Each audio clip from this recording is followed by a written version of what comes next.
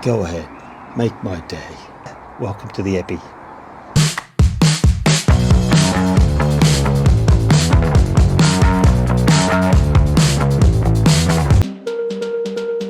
Just a few more dollars for my car, for my bike, for everything. Just a few more dollars. So here we have bonnet. Bonnie the bonnet, and I've just screwed it up. Really easy to do, easy to knock paint off as well. I'm going to put the bonnet on, then I'm going to put the wheels on, then I'm going to put front guards on, and we're going to see how it all comes together. So you have a look here. Look at that. The fitment here, look at that. I can't put a hand under there. So it's looking good. Got a bit of fiberglass on there today on the pinholes. Look at that. She's lunching down. Could sit down a bit more there. I don't know how you'd pull that down. Don't know. Does it matter? It's good enough. A little bit low here. We have a seal that'll push that up a bit. Or now I'll put the wings on. See how we go. Always ready. In this cosy little, I mentioned confined space. You know, I talk in riddles. This confined space. We've got the wheels on. Car sitting way up higher. Authentic way. I mean, folks, I've had lowered cars. One car lowered 4 inches, the other one 3 inches. Fat wheels, bright colours, big exhaust pipes. Sometimes no exhaust pipes, but I'm looking for something that's authentic now. So I've chosen this.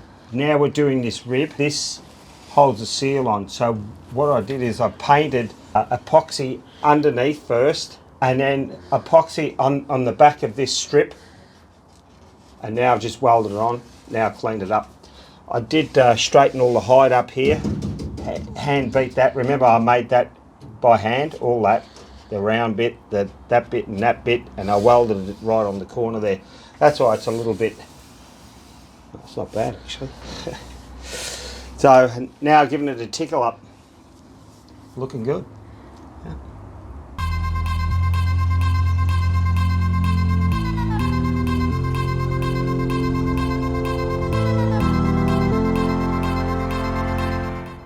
Further on, you got under here, I seen on the weekend there was a lad who TIG welded his on. He probably put primer underneath. TIG welding is probably the highest you can get, the best quality, but we don't have that luxury here. So I just MIG welded on and cleaned it up.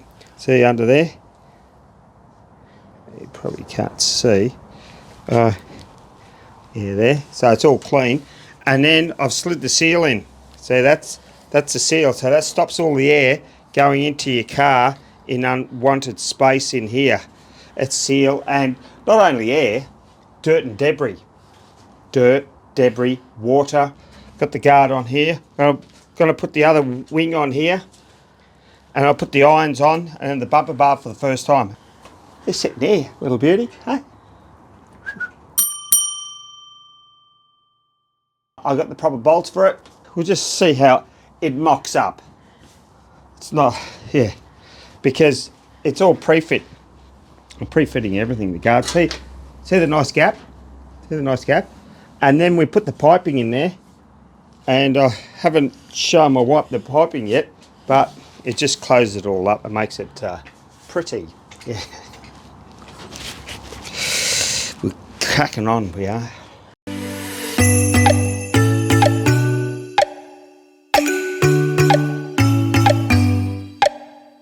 Back in the office, croaky voice, but nevertheless in good spirits. All right, so here, this is what we're looking at.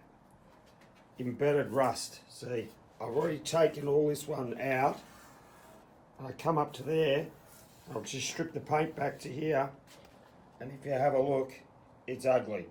I no doubt think this is gonna punch through, but you don't have to weld it, you just fiberglass it. See, a little bit of indentations there, I filled it up with fiberglass. Clean up the openings, And I'm going to scrape it back all the way on the gutter rail here. I'll take all the paint off here. I'll take it all up here, but I'm going to leave the paint on the roof. I was thinking of changing the colour of the car. Yep, changing the colour to Maya Gold. Maya Gold is this. That's Maya Gold. Beautiful. A cellulose paint. Then 2 days later I'm thinking, no, I'm not sure. I'll clean this up here. Take this off. What it is filler, and you can't see the rail in here, so it looks a bit hoady. See all the lumps? Yeah, all those lumps and bumps. Yeah, I can file them flat, but I like to see that little. Oh, that doesn't look too bad, but this is so thick you can't see it. That is thick, probably 2.5 mil thick. And I'm going to blend all that in. Leave the roof, but I'm just going to clean all this up and get the lumps and bumps out. Going back in history, after the war, they didn't know what to do with the Volkswagen factory, as it didn't really take shape too big before the war. They were producing cars and Schwimmerwagens and war machines and everything. But since the English were given the region of Wolfsburg, it was up to them to decide the fate of the Volkswagen factory. It was offered to one company. I think they produced 1,700 vehicles in 1945, and that was the year of when the war ended. So they really kicked up straight away, and then they put an English guy in charge. They were going to give the factory away for free to a big automaker. It fell through. They couldn't find anything. Then they offered it to Henry Ford. Henry Ford II. You know what his name was? Hank the Deuce. And his sidekick and mentor, teacher, Ernest Brecht, American. And then they offered it to them, and they spoke between each other. In 1948, the English guy was getting desperate. Brecht said to Henry Ford, "It ain't worth a dime." It ain't worth a dime. And so they dismissed it, and they didn't accept the proposal of taking a factory for free. So that was the first hint of a Volkswagen-Ford merger in 1948. Now they're talking about it today. Success or no success? Who was the strength behind it all, eh? You don't have to let money come between. Croaky reporting. Croaky. Anyway, bear with me. Looks like they had a strip on here, but they must have ripped it off. I'm putting another one on. It's a metal strip, and then so you just bend it round, and then this one's going on here, like that one, and I'll weld it. Can't promise anything. Time lapse on it.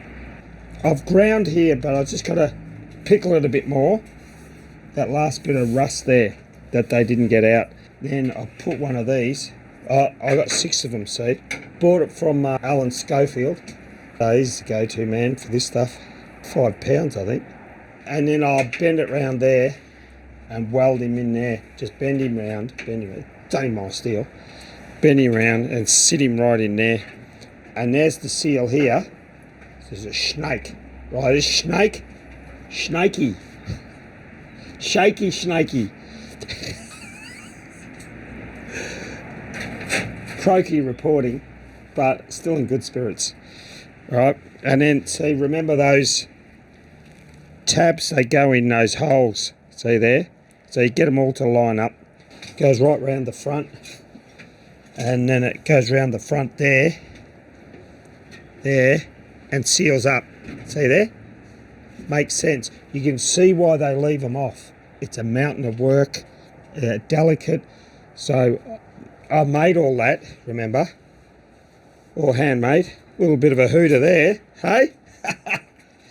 And then, oh, jeez, it just got me.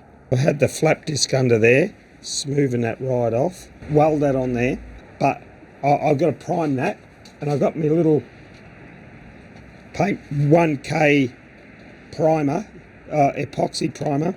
I paint it on there. I paint the that, and I'll just weld it on the end and stitch it on the side, then the end. Pretty good, huh?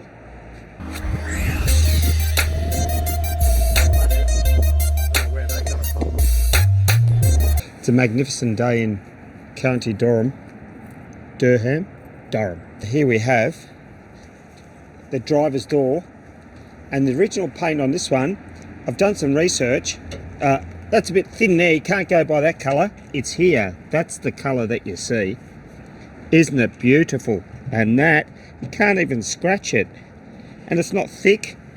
It's not thick, it's just the right thickness. I don't know how thick, it might be 0.3, 0.4, 0.5 of a millimetre, but I think that's called cobalt blue. I decided to clean that up, so when I put the card in there, it doesn't soil it, but I might have to paint to that ridge there. I've cleaned up quite a bit. Here there's a ding, something's hit that there. I'll just knock that out and fill that in. Second-hand doors. It's got a few holes in here. These ones are not supposed to be there. See, there's more there. But these two are. That one and that one, they're water drains. The hinges. I'll just show you the hinges. This is the driver's door. This is the one that gets used the most. Okay, look.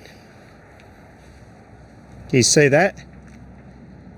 The wobble. The passenger side, no play whatsoever. This has got probably a little bit too much. Look at that. So I've got to investigate there. I had a look online. New hinges. They bolt on, new hinges. £73 each. Mate, I'm going to do something to it. I'll just hit them with a hammer and tighten them up. Yeah. There's much in there. Didn't feel it.